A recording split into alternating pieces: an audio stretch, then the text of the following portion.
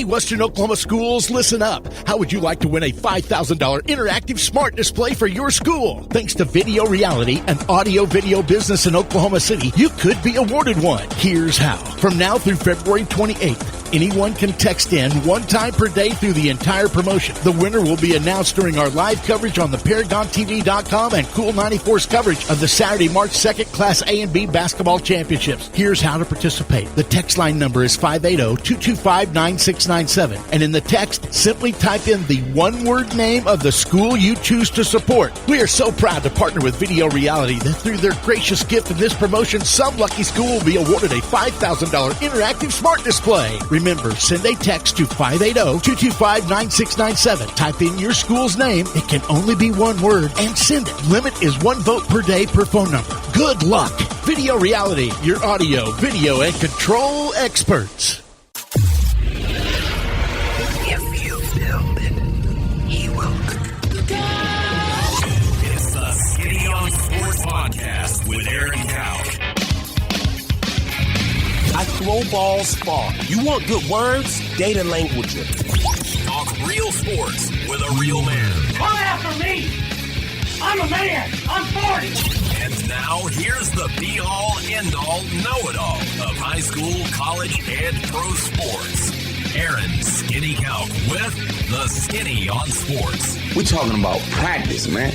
I'm the MVP. Good Paul Jones Drug Tuesday out there, Western Oklahoma. Welcome to the Skinny on Sports, right here on 98.1 FM, the Sports Animal. Glad to have you along for the next hour. Talk a bunch of basketball and a little bit of football sprinkled in as well. How about the Thunder? Thunder at the halfway pole exceeded all expectations. I think it's safe to say that, isn't it? Oh, yeah. Even the most thundered up of us couldn't imagine, 29-13? That's a 58. I guess it's actually 56 wins because 28-13 was right at the middle. But they're already, one to the good after the halfway point to get to 82. 29-13, a win against the lowly Portland Trailblazers tonight. The Blazers, who they beat by, 62 a couple weeks ago inside Paycom Center. Win tonight. They will beat. That was them, wasn't it? Yeah, they Portland. won that game so bad, I forgot who the opponent was. It was Portland. The story was by the 62. margin. Yes, largest in Thunder history. If they can do, they don't even have to win by 62. If they can just win by 1 tonight, they would be in first place in the West. It's wild because they have the tiebreaker over Minnesota with the 2-1 series advantage for so far this year. So what's realistic? And when I say realistic, here's the thing. I don't mean playoffs. Like, what's a realistic playoff run? And here's why. Kind of like it's hard to have those not-so-early rankings in football, college football, because you have no idea what the rosters are going to look like. True. We haven't seen the Thunder play a playoff game. This Thunder. Right. So it's almost like a pointless exercise until we see it. I mean, we're going to have to talk about it. But for me, I'm thinking more where they can finish. What is a realistic finish that then, of course, gets them into the playoffs? Big 12 hoops, state school, it's kind of interesting. This doesn't happen a ton, but all three big-time in-state basketball teams are playing tonight. OU, OSU, and the Thunder, all at home, right? Yeah. I thought you were staying in college. No. I'm talking about just the. Who are you going to leave out, Oral Roberts or Tulsa? No. I'm throwing the Thunder in there with OU and OSU. I got you. But they're all on their home floor tonight. Oklahoma with Texas. And that will be, I doubt we'll see any horns down. You want to bet? No. I bet you some more ice cream. I bet we don't see any horns down tonight inside the LNC. Horns up for peace. Yeah, I think Eddie's got everybody horns up for piecing. Oh, Lord. And then TCU, that's how I was trying to remember who it was. I read it yesterday. TCU is coming to Stillwater tonight. So, and then, of course, the Thunder in Portland. So we can hit all that. Let's put a bow and wrap up any loose ends, something that you thought about the playoffs, the NFL playoffs this weekend that stood out to you. We can talk all kinds of different stuff with all the things that happen. in the divisional round, and, of course, the conference championship round coming up. High school hoops, big schedule tonight on the high school hoops hardwood. Only a few of them actually matter or count. Let's say count toward the rankings because Class A and B rankings are set. We'll pick those apart, look at those, and maybe try to figure out some pairings that'll come up on Friday. So that is our tasks for this Paul Jones Shrug Tuesday. 225-9698 is the phone or the text line. That is 225-9698. Give us a call, shoot us a text. We can talk about any of those things. If you got something different, something totally different, feel free to chime right in at 225-9698. If you're going to be outside the listening area, you can stay in touch with the show a couple of ways. Log on to kadsam.com or download the app. The app has it all. It's got radio. It's got the Penny News. A brand new edition of that Penny News will hit the website tonight at midnight. ThePennyNews.com. You can check out the deals when you wake up in the morning. And the print edition will be out Wednesday into Thursday. And, of course, Big Elk and Paragon TV all over the place coming up tonight with tons of basketball. Available to watch online streamed. Big Elk and Paragon TV. How are you today, Jared? Very well. How are you doing? Did you get that game in last night? Or late afternoon? Yeah. No, yeah. Got him in. Started about 5 o'clock, and it was kind of nice to be home by about 7:30, maybe. Are you petitioning everybody to start about 5 o'clock? No, because the crowd was late getting in, so that doesn't work. People work. A late arriving crowd at Canute High School. Well, at 5 o'clock, people got to clock out and then get there. So, no, I'm not petitioning that at all. But because of the circumstances of them moving up the time, it was kind of nice to get home at a decent hour. But so got the games in, and couple of good games depending on which way you look at it. Girls got the big win, 71-21. Over Duke, and they did it without Destiny Jackson. She was resting that ankle that she twisted up on Friday. It's probably for good reason, like you mentioned, rankings.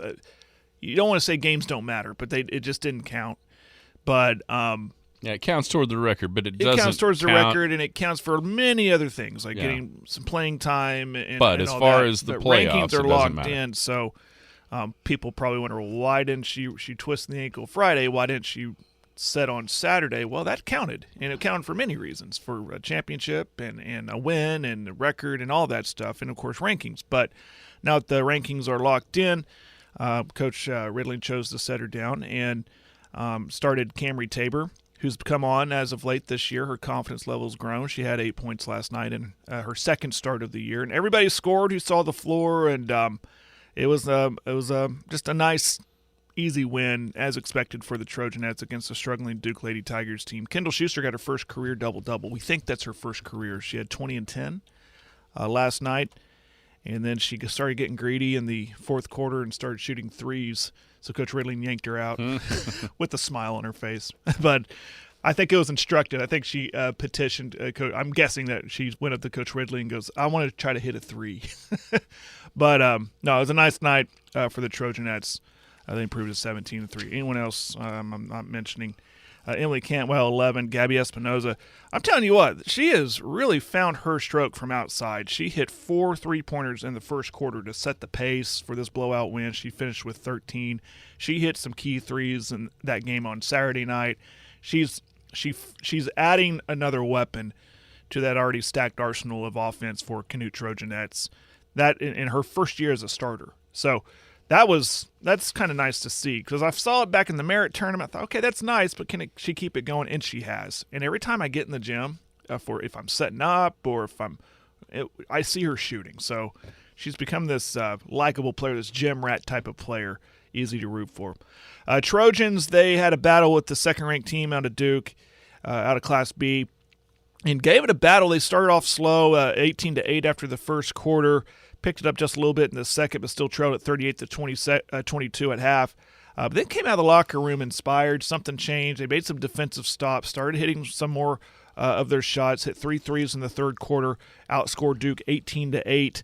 And so it was a single-digit lead for Duke going into the fourth quarter, but Duke turned it on, only held Canute to 2 points in the fourth quarter, outscored them 13-2, and one going away 60-42. Great effort from the Trojans, but Duke's a good team. They're one of the top teams in Class B. You expect to see in the Big House in March, and Coach Gable has a great program down there, got it rolling, and Jordan Chevis had 29 for them. No one really couldn't find an answer to slow him down, and it was a steady 29 too. It wasn't like a spurt in one quarter. He could hit it from outside. Good penetration, nice soft jumpers, just did it all for the senior. And for Canute, they're led in scoring by Jackson Beck. He had 15 points. Nate Bryant had a nice solid shooting night with 10 points. So Canute, quick turnaround for them because they took on one of the top teams out of Class B last night. They'll take on another one tonight in Fort Cobb-Broxton. So quick back-to-back against some solid teams. But fortunately, it's back at Canute, and we'll see if they can see how they do in that one. So that one at a normal time, 6:30. So when we'll have a lot of games tonight. But that's how they did last night. That was a makeup game. People were wondering why they played on a Monday. It was a postponed game from December. They had to postpone it, and then they moved it to Monday night. So that's why they played that one last night. Yeah, I'm interested. You do get to see in the span of a couple of days, you'll get to see number 1, number 2, and number 3 in Class B boys. I know. You saw Calumet over for Weatherford, Duke last night, and then Fort Cobb tonight. Get your thoughts. Yeah, I am very familiar with Class B boys now. Yeah, I know. Or will be after tonight. So can't wait to get your thoughts as you see all 3 of them. I know, I have mine without seeing 2 of them. I've seen one. I've seen the one you see tonight. And so let's see what you think after you've been able to watch all of those teams play. And it's not like one from back in December to see this and to see that. We're all in the same part of the season, from Saturday to Monday and Tuesday. There's not a ton that changes, right? So I'm interested to see what you think, kind of how those stack up, how those 3 teams stack up against each other. We can talk about that tomorrow when we wrap up what happens tonight. You did mention that the rankings have been locked for Class A and Class B, and that means we'll know what the pairings are coming up on Friday. In the past, kind of have an idea of what you think, who you think could be paired together, geographically. You got to put the boys' teams in there and all that. With some of the changes that the OSSAA has adopted, I think this becomes increasingly harder to figure out exactly how they're going to do this. Yeah, we kind of had that discussion last night in a group text, and nobody has a clue. I know. Nobody has a clue. I know. A lot of times you could get like, okay, 2 of the areas you got right. 2 of them were kind of, maybe they flip a team here or flip a team there, and it ends up being, okay, so when you look at the Class A rankings,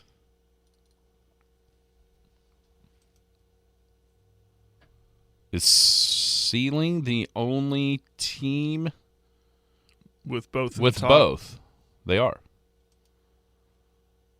Well, that makes it even harder. Although Caddo does. No, Caddo doesn't. Yeah, they do. Yeah, they do. The Caddo girls are? Caddo girls are number 2. And the boys are number 5. I'm not looking. Let me look with you. I've got it. So Caddo and Sealing. Quentin is in the girls, not the boys. Okarche is in the boys, not the girls. Just looking down, Cyril's not in both. That's one that kind of has been accustomed to being in both. They're not. So, yeah, that's it. The 2, Sealing and Caddo, have both teams ranked in the top 8. Seems like a low number to me. A lot of times it's higher than that. So that makes it even harder to figure out. So like, okay, let's say like Sealing girls, there's a natural fit in the top 8. Oklahoma Bible. I think that's obvious, right? Enid, Sealing, that's fairly geographically sound. Yeah. So then the boys, Sealing is 8th. So who could fit that on the boys' side? Could it be Okarche? Could it be Sentinel? Okarche's kind of in that Okarche. area. Are they not in Garfield County? They're number 4, So they would fit too. So, that could be – I could see that easily be in that area. But are you going to give number 4 or number 8? Or could it be Drummond, number 4 and number 7? Drummond's sort of up there. Sort of. We can't be, what, an hour and a half from Enid, maybe? Hour? Not a clue where Drummond's at. It's up there by... Is it up north? It's north, yeah. It's up north. The problem is, so like on the boys' side, when you look at what's west of I-35, there's 4. But there is 4, and there's 2 in the top 4, 2 in the bottom 4 of the top 8, with Sealing and Drummond, and the bottom Sentinel and Okarche. So there's going to be a mix of those teams playing, right? Don't you think? Mm-hmm. It would have to be. And then Stonewall and Caddo would get Rattan and OK, and boom. The boys is pretty cut and dried, depending on which one you want to stick with which. Yeah, and usually what Drummond, I do... Drummond could come... Sealing and Okarche, they could all meet at Enid with Sealing and Oklahoma Bible on the girls' side. So then, okay, say it's Sentinel and Drummond. It's a pretty good spot. Swass. Right. Cyril, who's going to come? Swazu hosted before? Oh, yeah. Okay, I didn't know if there's scheduling conflicts with... Well, there could be, but that's a games. definite spot. But that is a spot they've hosted before. We've always been, I don't know who would fit this criteria, but we've always been, or I have, of the Pioneer Center right down the road from us. Yeah. Here in Elk. Well, maybe I think we can start looking at that in Class B. Yeah. I've always gone off of history, right? So as far as who I follow, obviously Canute. So I'm thinking, okay, in history's past, we've gone to Cache a couple years. Yeah. Last year it was Apache and then over to Cheyenne. Apache was like a sub-site, then Cheyenne, then back to Chickasha. Chickasha is always in play. Mm-hmm. This year, though, with the little changes, I just don't know. That's another place. Cache or Chickasha is always – so, Cyril to Cache, I ain't that far. And OSSA, they are a creature of habit, so they like to go back to the same places. They like to have the places that right. that are willing to do it and good at it. Where is Allen? Any clue where Allen is? Not a clue. Wright City? Wright City's down south, right? That could be a Chickasha. South and east, right? Or just straight south? I think they're just kind of right in that area. Allen is in the Ada area. They're north and east of Ada. Let's go to Wright City. They are, they are southeast. They are, trying to give you some familiar, they're around Rattan, Idabel. They're way over there. They are northwest. That's not who I'm thinking they're of. They're northwest of Idabel. I'm thinking somebody different. Ratliff City is what I'm thinking of, not Wright City. So Red Oak is east of there, or west of there a little bit. And Ada's in play, too. There's been teams sent to Ada for areas. Cyril to Ada, that's still... Yeah, Class A is... The boys is pretty clean. The girls is kind of a mess. With the way... They're just... You know what had made this... And I'm sure that there's a bunch of discussion last night where you were at, but you know what had made this a little bit cleaner? Putting Canute 8 and Red Oak 9. In the girls? Yes. Yeah. Which is a mind blown because Canute stayed at 9, but they obtained a first place vote. Red Oak, but here's the deal: Red Oak was like number 5. They dropped. They did drop. They dropped a bunch. Lose. They won the tournament they were in. And their last loss came. Yeah, but they did drop. When I was looking at teams that could potentially drop down outside the top 8 for Canute to come in, Red Oak was like 5 or 6 before this week. But you had teams, Allen 17-0. They win a tournament. You know what I mean? Mm-hmm. So that's kind of a hard one to bump out. What did Wright City do? They won a tournament. It's like everybody won a tournament. Oklahoma Bible won a tournament. So it's just one of those. But it sure would have made it cleaner for the drawing up of the brackets because you could go Canute and Cyril, bam, see you in Chickasha. Yeah. And whoever from the east, Chickasha's not a ton of time away. A place that's used in the bigger classes that would meet the criteria here, but the problem is they're probably going to be hosting a regional would be Washington, where I was. That's a pretty good spot for kind of southern, southwest, and southeast to meet, is at Washington. Yeah. But their girls are so good that they're liable to be hosting a regional the week of area. So it's hard for that one to and work. Me personally, Canute, we're right on the – we could go either way. And I've seen them go to Enid. I've seen them go to Ada. I've seen them go to Cache, to Chickasha. Mm-hmm. So they can go everywhere because they're right there on I-40. Yeah. So it's who knows where they're going to go. Yeah, I mean, selfishly, I want to go to Enid, but not to see Sealing by any means, right. just because of the facilities. I've never been in there, and I want to call a game in there. Oh, okay. But now I say that out loud. No, I do not want to go to Enid to see Sealing. That's honestly with him. That's a you look at who that could be. Garber is number 11. That's a north. You know what I'm saying? Right. Texoma always has to be in play for that because of their location. Right. And then down, Navajo, where they're at, likely southern route. They sent Texoma all the way to Chickasha last year. I mean, it gets to a point where it is go. What it is. Yeah. But if there's an Enid available, you would think that Garber, Canton, those teams are all right there, pretty close. Mm-hmm. Yeah. And then Texoma would fit that bill as well. But it's in the Class B. 1, 2, 3, 4, 5, 6, 7 of the 8 are west of I-35. Only Pittsburgh is east of I-35. Is that right? Lomega's west of I-35, aren't they? Oh, yeah. Yeah. So that one's on the Class B girls. Everybody's out. Everybody's out here. Yeah. And so the question I have. So Dover's up there by Kingfisher. Lomega's north of that. I think it. Here's my question. Well, Arnett's there, but Arnett's not in the top of the top 8. So I don't know how much they would get a favorable route, if that makes sense. Now, Leedy is on the boys. My question is about to be, is it possible we don't see one of the longest running, in my mind, area sites be used? Woodward. I don't see it. Don't see it not being used? It's going to be used.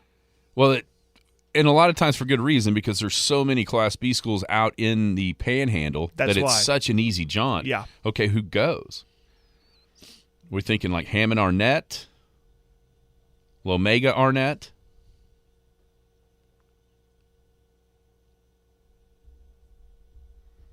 Why not this? Okay, here's your twist. What? Yeah, it's going to be used. Why not for Class A? With Texoma being right there. It's like who's more deserving, right? I mean, Texoma or Leedy? Sentinel's not that far away. Sentinel. Sealing's not that far away from Woodward. No. If you wanted to use that instead of Enid. Right. Just seems like like you said earlier, though, the OSSAA has a track record. They do. And, it's honestly, it's Cache and Chickasha for A and B, and it flips each year. So if you were in Cache last year, you're going to be Chickasha. You know what I'm saying? Yeah. Like for A and B.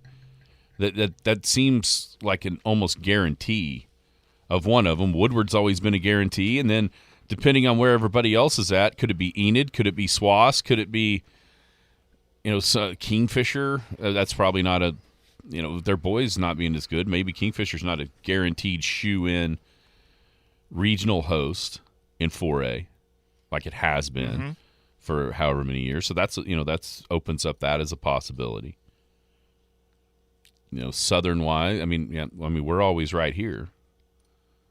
And that's what I was going to bring up. So for the first time, think about, is it like Duke and Leedy on the boys' side? This would be a pretty good spot. Right here. To meet. I don't think anybody would be opposed to that. No, if it was, say, Mountain View Arnett. Yeah. Hammond Geronimo. Yeah. You know what I mean? And that's geographically it makes some sense. Because of, like I said, I mean, that could be a regional. It wouldn't even have to be an area. It'd be sweet if it was an area. But anyway, I can't wait to see how this all plays out. Are there going to be teams in which their boys and girls aren't in the same district? That was put out there as a possibility when this stuff kind of changed. That's the big question. That's what I can't wait to see. That's what I'm anxious to see. And if they do, if that does happen, would the site though be kind of like a pod, kind of like the pods in the NCAA tournament?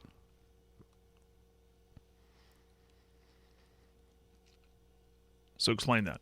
So say, you got Oklahoma City as the pod, or let's just say, Hammond is the pod. Okay. But then you'd have to have extra games because you'd have to have enough for, or I don't know. I just don't understand it yet until we see it. Until we see it, we'll know. Until we see if it really happens. What I meant was, okay, you're playing, say, these group of 4 teams. It's two-team districts, but they're split. Like Hammond's in one and here and the other there, but maybe they play at Hammond on a Friday and a Saturday, or what? Just to be able to, or maybe they just play on different nights. Maybe that's it. You play on different nights. Yeah, I would be incredibly shocked if the OSSA does something like that to where, let's say they do play. They're not playing not even the same venue, but they make it where fans have to make a choice. I'd be shocked. I think they would be considerate enough to go, okay, listen, we've got to send this team here and their girls team over here. But we're going to make one team play on Friday and the other team play on Saturday, like you just said. And then I would think be shocked if it was the same day where fans are like, well, I can't make it, but I have to go to this one first, or it's not a good look, I would think, for OSSA to make a fan choose which team to follow. Make us choose. I mean, think about it. That does not look good. If you're just a casual fan and you show up to, say, the girls' game, and then the boys are going, wait, why didn't you come to my game? I mean, that's not good for a small town anyways, that talking and everything. But, I mean, I don't think that would. I think that they would have enough consideration to go, okay, we got to make it where fans can attend both. And that's good for their pocketbook, too. Oh, sure. You're buying more tickets. Sure it money is. on more tickets. And the thing is, I think this is just a district thing. Yeah. To where when they flow into regionals, they're going to be in the same place. Right. Yes. I don't think you're going to see one team in one area and another team in another area. I think it's just for a district matchup. And so, there's some of those districts, though. It makes total sense in like 4A. Because you could do that easily. Mm-hmm. Because everybody's a 2-team district. Yeah. That's all there is. Yeah. And so you could, Elk City boys are going to, say, Woodward for their district. And the girls are hosting, say, Cache.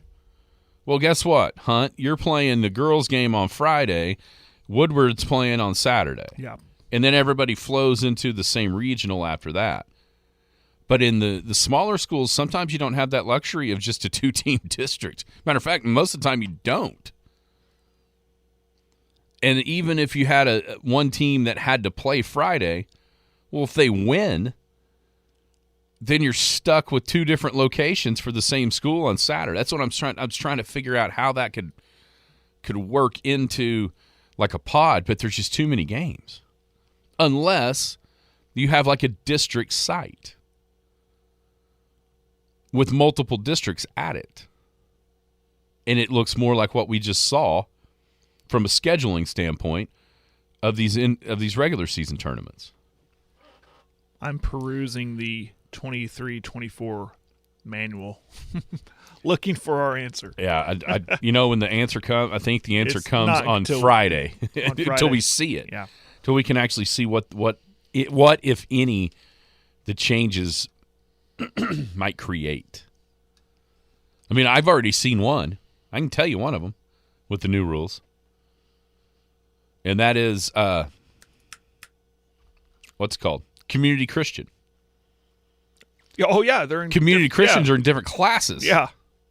The boys are in 4A and the girls are in 3A. I've already seen that come to fruition. And so, I know it's possible.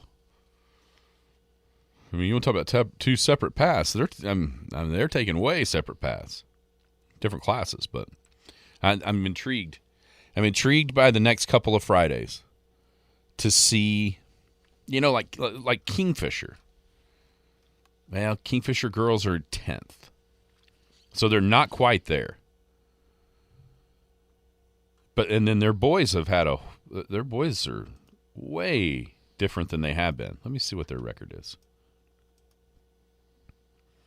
3-12.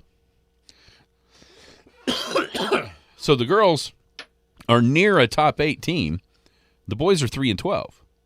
No, used to they drag them along. And then, somebody on the girls' side that has a good boys team and an okay girls team would then have to play Kingfisher girls, and just because their boys would need to have that matchup with a down Kingfisher team. I think that's what they're trying to avoid, is that situation where you get a way tougher matchup. We'll see, though. We'll see how it all plays out. But don't you think even if there are split districts, everyone ends up in the same regional school, your boys and girls? 100%. Don't you think? Yeah. Because at that point, that would seem ridiculous. Yeah. I mean, completely ridiculous. No, it would be. So, anyhow. But if I think we're right. I think if it is a split district, they're not going to make. It will be split in a sense where, say, one team is not even ranked, and say the other team is ranked. Yeah. Okay. It might be like in A and B is typically they're 3 school districts. 3 or 4. Right? 3 Sometimes or 4. it's even 4. Yeah. Well, they're going to make one. Okay, you get the bye. You'll play on Saturday for the district title, and the other team at the other location will play on Friday. Now, the question is, if that other team wins on Friday, what time do they play on Saturday? Game times and all that. I really, it's hard for me to see the OSSA make someone choose what site to go to root on a team. I think so too. It's hard for me to see it. So, like here would be an example of what I was talking about in 4A. It's like North Rock Creek. Their boys are number 3 at 16-1. Let's just say, okay, who's not very good in the city area or Shawnee? Just say they pick Kingfisher, 3-12. And then Kingfisher, if they were number 8 in the girls, which they're 10, let's just say they were 8. But because their boys get drugged to number 3 in the state, along with the girls, well, North Rock Creek's number 18. And so that's an incredibly tough break for the Kingfisher. I think that's what they're trying to get away from, to where you have, you know what I'm saying. I think that's what they're trying to figure out how to get the competitive balance better, while also I think you're right. It's also still money, and here's the difference between the regular season and these postseason games is that ticket you buy is revenue for the OSSAA and not just for the schools. So they're definitely going to have that aspect. If we know anything about them, we know that they're going to have that aspect of it figured out and ready to roll. They are always looking for ways to make money. We know that very well with site fees. Well, and listen, and especially they're like anybody else. Think about what it cost them to run those. What it cost? They missed the entirety of 2A through 6A state tournaments in 2020. Yeah. Then the next year it was a little bit wonky still. It's a little. They're trying to make some money up. There's no doubt about it. We'll be back here on a Paul Jones Drug Tuesday. Paul Jones Drug is Elk City's most experienced compounding pharmacy, meaning they can custom make your prescription medications to your doctor's specifications, safely and effectively providing you with exactly what you need. And for your convenience, Paul Jones Drug has a drive-through pickup window as well as curbside service for testing and vaccinations, and offers free local delivery. Just a couple reasons you should choose Paul Jones Drug, 809 North Main Street in Elk City. I'm Rodney Skinner with Paul Jones Drug, and I promise we provide care you can trust. The Skinny on Sports. Welcome back. Paul Jones Drug Tuesday right here on the Skinny on Sports. Thank you to Rodney Skinner and all the gang at Paul Jones Drug, 809 North Main. Paul Jones Drug is care you can trust. They are the oldest compounding pharmacy in Elk City. That means they are the most experienced at compounding. Free local delivery, drive-through pickup, curbside testing, and vaccinations. And, of course, their long-term care unit packaging, which they call the blister packs. Give them a call, 225-2121. That is Paul Jones Drug, 809 North Main, right here in Elk City. All right, Jared. Let's put a bow on the NFL playoffs from the divisional round. Anything else? You know, I saw a bunch of different stuff after we got off the air, different stats and this and that, that were kind of unearthed and tweeted. And I think there's always those narratives of what happened. And then, you can argue about whether or not you think that's right or not. I think Josh Allen is a pretty polarizing figure. I think some people believe he is completely and utterly overrated because of the turnovers that he commits. And I think there's a bunch of people that think Josh Allen is the second best quarterback and maybe trying to be on Mahomes' level, even though he beats him every time in the playoffs, because of what he's capable of doing. Here's to that way of thinking. Ari Meirov on Twitter tweeted out these stats. So Josh Allen is 5-5 in 10 career playoff starts. That's kind of a meh. Meh. No Super Bowl appearances. I don't even think he's been to the championship game, if I can remember right. He's never got there. Maybe the one time against the Chiefs they were. I think they might have been the first time they played the Chiefs. Anyhow, I can't remember exactly. Here's his stats. In 10 games, he's completed 65% of his passes, thrown for 2,723 yards, ran for 563 yards, generated 27 touchdowns with 4 picks. That's pretty incredible. Almost 3 touchdowns a game, almost 300 yards a game, over 50 rush yards. I mean, that is dominant quarterback play. And yet, he's won as many as he's lost, and he's never been to the big game. What are his stats with last-minute drives, final drives to win it?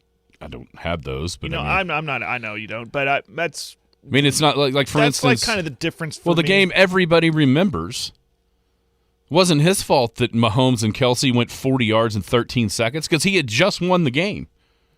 No, right. You know what I'm saying? I mean, he had just won the game, and then Mahomes and Kelsey go 40 yards in 13 seconds, and Butker kicks a 50-yard field goal, and we go to overtime, and he never touches the ball. The other night, he gets them in. I mean, a 44-yard field goal in the NFL should be a chip shot. It's pretty much a guaranteed make, and man, I saw some. I gotta find those. Like everybody's reaction from that kick, sound-wise. Oh, from South Korea to the Bills to Kevin Harlan, who used to be a Chiefs guy back in the day, to the actual Chiefs guy, Mitch Holthus. See if I can unearth those. But your point is well made. The reason I bring that up, I saw a tweet of their last drive with the attempt to go up, just making some bad throws or bad decisions, I guess. Yeah, I know he's catching hell for the one where Diggs is open and he threw it into the end zone. Guess what? Yeah. If he doesn't, if the left tackle blocks Chris Jones, That's a game that could be a game-winning touchdown. He threw the right pass. He just got hit when he threw it, and it didn't get into the end zone because Shakira was going to be wide open. You know what that play was? It was the Gabe Davis play from that famous game to win the game. They ran it again, basically, but instead of keeping him clean in the pocket, he gets hit right as he throws, and it comes up short. And everybody's like, oh, yeah, I should have thrown it over the middle to Diggs. Well, when you look at what happened from the all-22, he uses his eyes to manipulate the safety to come to Diggs, which leaves the touchdown wide open. He was a decoy on that one. A little bit. Yeah. I mean, you can hit him, but he also, to win the game, the Chiefs' season, in a lot of ways, might have been saved by the pressure that Chris Jones generated to knock Dawkins back into Allen before he threw it. So, I mean, it's obviously a results-oriented thing, right? Oh, yeah. That was the result, and so it was the wrong play. And there's no nuance to any of the conversation. And here's the thing. I am nowhere near a Josh Allen even liker. I've been against Josh Allen as much as anybody for the turnovers, but I have a hard time putting a ton of blame on him from the other night with the way he played, throwing those deep balls that Stephon – I mean, he might have – to me, the game changed immensely when Diggs dropped that long ball. Oh, yeah. Dropped it in there. He did. It was a perfect throw. It was a dime, and he dropped that. Yeah. He doesn't get a lot of flack for that for some reason. Yeah. No, listen, I mean, Josh Allen, he's coming at a time where he's a really, really good quarterback, but then there's Patrick Mahomes. See, if he came at a different time, if Patrick Mahomes, if they were at a different era, then Josh Allen he'd be considered one of the greats, right? I mean, they would get, and that's the only thing holding them back from, well, quite frankly, Super Bowl runs, Super Bowl appearances is the Chiefs and Mahomes. If that wasn't happening, then it would be, instead of the Chiefs dynasty that we're witnessing, it's probably a Bills dynasty. So that's what when I saw this and they were talking about it, so I sent those stats to Jim, and then underneath it, here's what I put: Josh Allen might just become the NFL's version of Karl Malone or Charles Barkley, all-time greats who just happen to play at the wrong time. And that's what it feels like for Josh Allen. Because you're right, if there wasn't a Patrick Mahomes, who knows? Who knows what he could, what he already might have accomplished? Yeah. So it's a really interesting. He's a really interesting player to me because he has become as big a weapon at the quarterback spot as there is. Because Lamar's the same way, but Josh Allen's a better passer. He's bigger. So it feels like he's more durable to handle the workload that comes at him. I thought they did a really good job this year of trying to rein him in by using the running backs to run the ball and saving him for, listen, I got no problem with anything he did on Sunday as far as putting his body, he is trying to win that game. Mm-hmm. It makes sense in a do-or-die divisional playoff game like that. It doesn't make sense week 6 when you're up 17 in the start of the fourth quarter against the Dolphins or what. You know what I'm saying? Yeah. You got to make business decisions at that time, but he was absolutely going at it. And that was it was a great performance, but you're right. He may just be in the wrong place at the wrong time of history. Mahomes question, how does the lack of confidence by his teammates? Do you really think the Bills have a lack of confidence in Josh Allen? I don't sense that outside of Diggs. Maybe Diggs wanting to, prima donna around, but I don't sense that anyone has a lack of confidence on the Bills side with Josh Allen. I just don't get that sense. Now, did the Chiefs have the supreme and utter confidence in Patrick Mahomes? Yes, and well, obviously. How could you not? And Mahomes did what Mahomes does, right? He did exactly what was needed. He wasn't spectacular like we've seen him be in the past.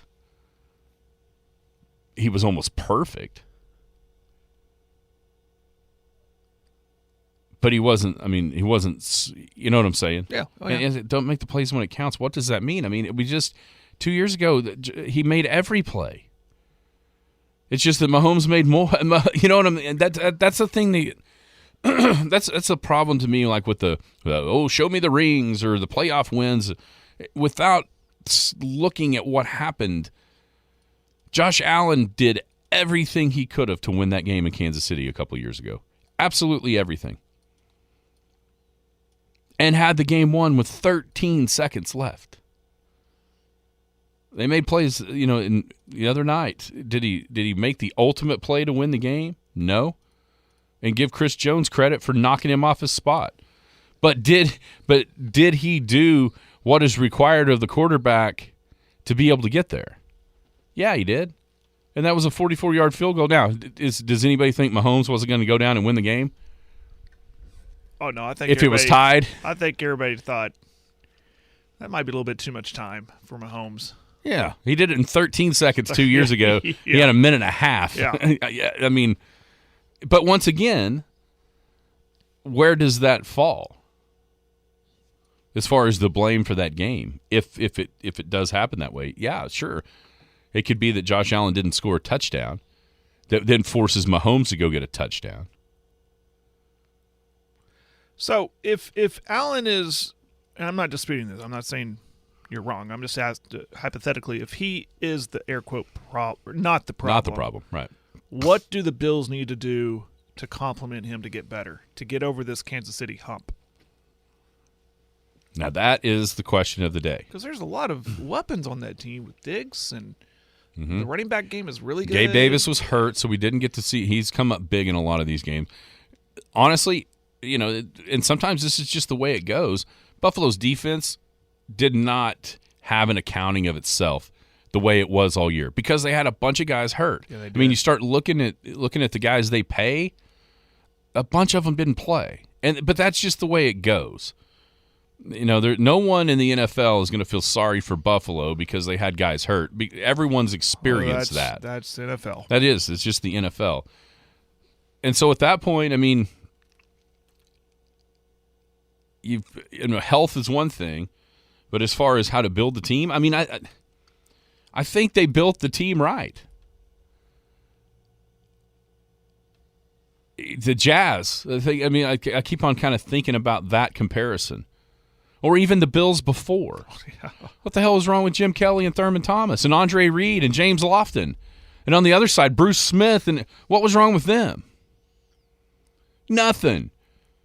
Scott Norwood misses a field goal in a game they should have won. They were better than the Giants. But then after that, they play an all-time great. Go back and look at that Redskins team. Just so happens to be the last time the Lions played an NFC Championship game. It was against that Redskins team that was just awesome when you look at how they did for that year. And then, oh, by the way, the next two, they got the Cowboys, which was a dynasty. Sometimes you just come along at the wrong time. And maybe that's, the Bills-Chiefs thing reminds me so much.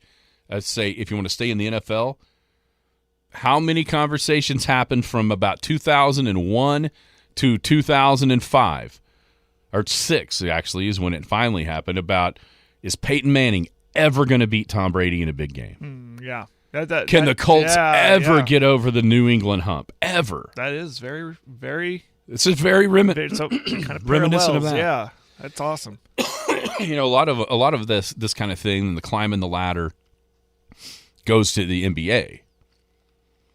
When you think about the bad boy Pistons, can they ever get over the hump of beating the Celtics? They finally did, and then they got beat by the Lakers. Kind of your pecking order, and then they did it, and then here came MJ's Bulls. Can they ever beat Detroit? Then they finally did, and that became that. And then Utah. Yeah. Utah can't ever get over the hump. And Peyton Manning's Colts teams remind me because you got to see those games. They played a bunch of times in the playoffs. Mm-hmm. Yeah. And even more, it's felt like Peyton Manning's teams, maybe not early, but for sure in the middle 2000s to late like 2000s before we got into the teens, Peyton Manning's teams were controlling those games in the regular season. But then could they win it in the postseason? And then they finally did. They finally broke through. And, on that team, it felt like they became more defensive with some different guys. Yeah. What was that? Bob Sanders was one of the safety that gets a lot of credit for kind of shoring things up in the back end. Where Buffalo, I think if Buffalo's defense had the guys that they planned on having, you get a better accounting of themselves, and maybe they win that game. But what has to change? It's hard to say much because you feel like they could beat anybody else. It does. And there is that term, if it's not broke, don't fix it. Well, a lot of Buffalo fans would say right now, something's broke. So we got to fix something. But it's not broke, but how do you improve upon it? Right. And that's the question. Yeah, just that little amount that it takes. What's it going to take? Going and get Von Miller was not the answer. So what is it? So that's something they're going to have to ask themselves this offseason. Yeah, Denver and Elway is another really good example. Yeah, and final thought on Buffalo is they don't need to make drastic changes. I think that's the thing they need to really, and I don't think they will, but sometimes you'll see some hyperbole, just some overreactive, changes. Okay, we got to make a change here, and I'm not suggesting Josh Allen change. What I'm, no, may just take a look at the mirror and go, we're good. How can we be better without being, without replacing anything? So that's going to be the question. Yeah, and their cap it's going to be an interesting offseason there because they kind of loaded up for this to be the year. Oh yeah, well, and it's not. Yeah, you mentioned Von Miller. Paid him $40 million for 14 tackles all year. I saw that stat. Yikes. I think that's a bow in his career. Yeah, he's had a good one. There's no doubt about it. But eventually it kind of... I literally forgot he was on that team until I saw that tweet. Yeah. I forgot. Oh, yeah, he's there. You probably wouldn't have noticed it on Sunday unless you just looked for number 40. He was out there, I think. Come back, wrap up a Paul Jones Drug Tuesday. I can't wait for you to hear these calls of that field goal. We'll be back. Skinny on Sports right here on the Sports Animal. Paul Jones Drug offers a free service that makes taking your daily medications safe and easy. It's called convenience packaging, meaning they can combine all of your daily medications and put them in sealed, separate daily packages. This process replaces you from having to fill your daily medication dispenser. And as always, Paul Jones Drug prepares individual blister packaging for long-term care patients. With their drive-through window, curbside service, and free local delivery, it's just more reasons you should choose Paul Jones Drug, 809 North Main Street, Milk City. I'm Rodney Skinner with Paul Jones Drug, and I promise we provide care you can trust. The Skinny on Sports. All right, welcome back. Skinny on Sports, 98.1 FM, the Sports Animal. I jabbered on and on and on and on. Too long. We'll hit the Thunder stuff. Maybe we'll do the Thunder tomorrow when they're first in the West. Hey, it's cool tomorrow. That's a good one. We talk about the Thunder tomorrow, kind of leading up to primetime game on ESPN against the Spurs. Oh, that's right. Yeah. Wemby and Chet again. Yeah. Spurs, man. Whew. They're not very good. They're not that good. How about last night? Good job, Pop, running his mouth and 70. Give up 70. Said what did he say before? Asked about Embiid. So I don't know if I could repeat it. I missed this. Gonna slow his A down or something like that, and then that happens. Woo. Man, Pop needs to pop into a retirement home. He's done. Yep. Sooners in Texas at 6. There will be no horns down. No. Only horns up. Don't do it. Only horns up for peace. And you can't dance and go crazy if you win either. Horns up for peace. Yeah. In the LNC. Yeah. I was really rooting for Cincinnati last night. Against Kansas. Yeah. Yeah, Kansas was 1-2 on the road. We forgot, and they won in Stillwater. They did win in Stillwater. That's the one. Yeah. And then lost at. They're not as. I mean, they're good. They're Kansas, but they're not as. You just wonder how much. This little feeling that Kansas. You just wonder how much is the league, and the wear and tear and the grind of the league. Well, this league was already really, really good, And then it And added then Houston and you added BYU. Houston, and BYU's suddenly good. Cincinnati's always going to be an opponent. UCF is beating people on their home floor. Central Florida, yeah. Or on the opponent's home floor and doing horns up for peace. Or horns down for crybabies. Yeah, that's tonight. Oklahoma State hosts TCU tonight, and then Thunder, Portland. All right, Jared. I came across 3 different radio calls of that fateful moment on Saturday or on Sunday evening when Bass goes wide right, reminiscent of Super Bowl 25. You know what do you think people remember most about Super Bowl 25? We'll give you 2 options. Scott Norwood missing the field goal or Whitney Houston singing the national anthem. The national anthem. I think maybe so too. I don't know if and how art imitated real life when Ace Ventura kind of made fun of him. Laces out. Laces out. Laces out, Dan. All right, so here we go. We're going to start, and I told you in the break, I blame you for my like of this because you created something years ago that highlighted the losing announcers radio calls that I enjoyed. And now, so I really enjoy this. Here is the Bills radio announcer on the missed field goal. Field goal attempt brought to you by Univera Healthcare right here for Western New York teams on and off the field. By the way, in the last 2 minutes of fourth quarter overtime in his career, he was 9 of 9 going into this kick. Snap by Ferguson, hold by Martin, kick by Bass is on the way. And it is no good. No good, wide to the right. Big time miss by Bass. He struggled a week ago. 2nd and 3 here. So now it's going to go to Mahomes the under first down. center. So that's all with the actual miss. Oh, pretty Not good. too Not bad. Not He didn't, bad. If you would have heard my pen thrown against the wall, if Slamming down. slam it down, maybe a hand on the table, but he kept it pretty good. The next is Kevin Harlan. Now, Kevin Harlan Very has familiar voice. Oh yeah. I mean, maybe the best one going right now, in my mind. I mean, great during March Madness. Absolutely. So Kevin Harlan has some history with this rivalry. Kevin Harlan was the voice of the Kansas City Chiefs in 1993 when Joe Montana and the Chiefs were defeated by the Bills in the AFC title game. And I'm going to say there's some bad blood there of some sort, maybe what people said to him or whatever, because even though Kevin Harlan's pretty excitable, it feels like he might have got a little extra excited here. Tyler Bass will try a 44-yard field goal to tie. The wind at his back. The snap is good. The ball put down. The kick is up and no good. Wide right. Wide right. The Bills kicker missed a field goal. Wide right. Jubilation for the Chiefs sideline. 1:43 to go. Bass missing wide right from 44. I guess at the end of the day, at least it wasn't 46. Notice how many times it said wide right? Yeah, that is like, right, that's a dagger in the side over and over again. Absolutely. He purposely kept saying wide right. He 100% knew what he was doing. Now, he knew. This one, it's just awesome. I have no idea what they say because this is the South Korean broadcast. 모든 문들을 닫았어요. 네. 그렇기 때문에 조시 앨런 선수가 오른쪽으로 나오면서 시간을 벌어봤지만 오픈된 리시버를 찾을 수 없었습니다. 44야드 거리입니다. 타일러 베스. 오른쪽으로 벗어났어요.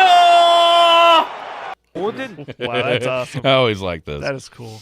There's probably a Spanish broadcast. I haven't found it yet, but those are all they get fun. You think there's do they not have Canadian broadcasts? They're up there north, you know. Hey. Go wide right, eh? It's about time that they Talking about what could have been. Here's back to the as Bills their guy as arch the clock is nemesis running off. in the playoffs strikes again. The third time in 4 years, Buffalo's postseason is ended prematurely by the Kansas City Chiefs. And this one stings. This is back-to-back years in the divisional round. You lose this game at home. And look, this is a talented Chiefs team, but this has not been this dominant Chiefs team that we've seen in the past. And today, this defense, riddled by injuries, just unable to come up with enough stops early. And now the Bills are going to have a whole offseason ahead of them, wondering, playing the what-if game. Yeah. Whew. Not too terrible. Nah. Not bad. Yeah, they kept it professional. Not bad. Those are always fun for me. All right, so what do we got coming up tonight? You were at home against Fort Cobb. Tried. Fort Cobb tonight. I had those pulled up. I did too, and I started making fun of. Here we go. Okay, Fort Cobb tonight at Canute. Cheyenne will be hosting Fargo Gage Fort Supply. That is at Raiden, by the way. Arapahoe is at Eric. Hammond is all the way at Hinton. Snyder at Merritt. And Leedy at Shattuck. And the Elks and Elkettes travel the 25 miles east down I-40 to the Tornado Dome against the Lady Reds and the Reds of Clinton. So, lots of high school hoops. Tonight, relive that. Can you believe it's already January 23rd? Next week is February. Yeah. It's nuts. It is pretty crazy. And then February goes by in a breeze, and we'll be in the big house. And then we'll be looking at ourselves after that going, what do we do now? Everybody have a great Paul Jones Drug Tuesday. You've been listening to the Skinny on Sports podcast with Aaron Cow. Be sure to hit that subscribe button to get alerts of when the latest podcast is available. Thanks for listening. That ball is blistered to right. Way back. Goodbye. Hey, Western Oklahoma schools, listen up. How would you like to win a $5,000 interactive smart display for your school? Thanks to Video Reality, an audio-video business in Oklahoma City, you could be awarded one. Here's how. From now through February 28th, anyone can text in one time per day through the entire promotion. The winner will be announced during our live coverage on the ParagonTV.com and Cool 94's coverage of the Saturday, March 2nd Class A and B basketball championships. Here's how to participate. The text line number is 580-225-9697. And in the text, simply type in the one-word name of the school you choose to support. We are so proud to partner with Video Reality that through their gracious gift in this promotion, some lucky school will be awarded a $5,000 interactive smart display. Remember, send a text to 580-225-9697. Type in your school's name. It can only be one word, and send it. Limit is one vote per day per phone number. Good luck. Video Reality, your audio, video, and control experts.